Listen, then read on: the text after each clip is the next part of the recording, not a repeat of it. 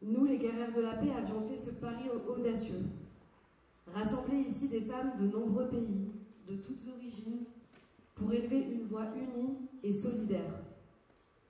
La guerre déjà, la violence et l'oppression ravageaient la planète, mais la réussite de l'événement, la présence puissante des femmes combattantes, leur tranquille détermination, leurs espoirs, leur force, leur joie partagée malgré la douleur, avait laissé en chacune et chacun d'entre nous une trace indélébile. C'est vrai que c'est un moment très fort, c'est un moment bouleversant.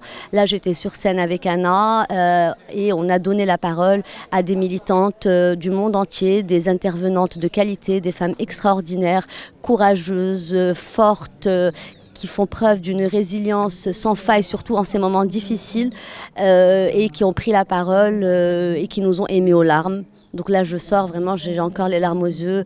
Et voilà, je pense que c'est important d'avoir ces moments-là. C'est important de nous réunir, c'est important de pouvoir échanger. C'est important aussi de nous donner de la force et d'essayer de prendre le courage ou de ramasser le maximum de courage qu'on peut pour continuer. La paix pour moi, ça veut dire pouvoir faire société avec des gens qui sont différents de nous. L'humanité est diversifiée, elle l'a toujours été depuis que l'humanité existe.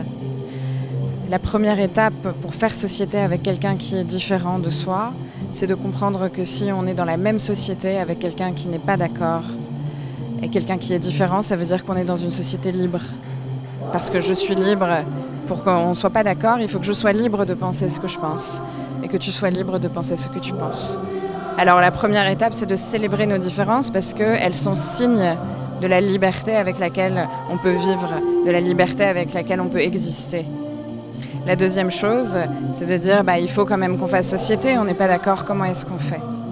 Le débat démocratique, ça sert à ça. Débattre, c'est désactiver la bataille. C'est débattre.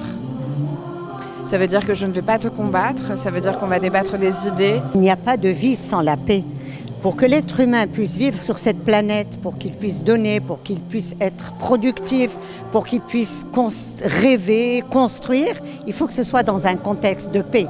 Et dès que l'être humain n'est plus dans la sécurité, eh bien, c'est une sorte d'infirmité qui le touche. Et donc, c'est toute la planète qui va souffrir de sous-développement.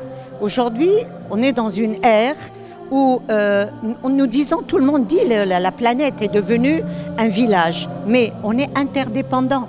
Personne, il n'y a pas un peuple qui peut vivre heureux dans un lieu si même dans un autre continent, il n'y a pas un autre peuple qui est heureux. Donc la paix, c'est la vie. Il n'y a pas de vie sans la paix. Maintenant, nous sommes dans cette rencontre, effectivement, où il y a eu un cri qui a été lancé par les guerrières de la paix dans le Forum international des femmes pour la paix.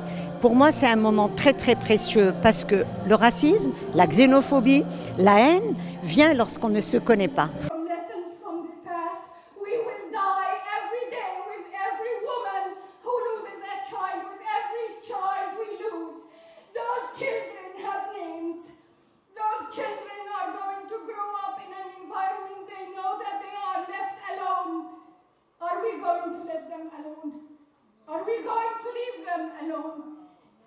I cry, I am sad, I can't breathe, I'm fearful, not for now, I'm fearful for the future.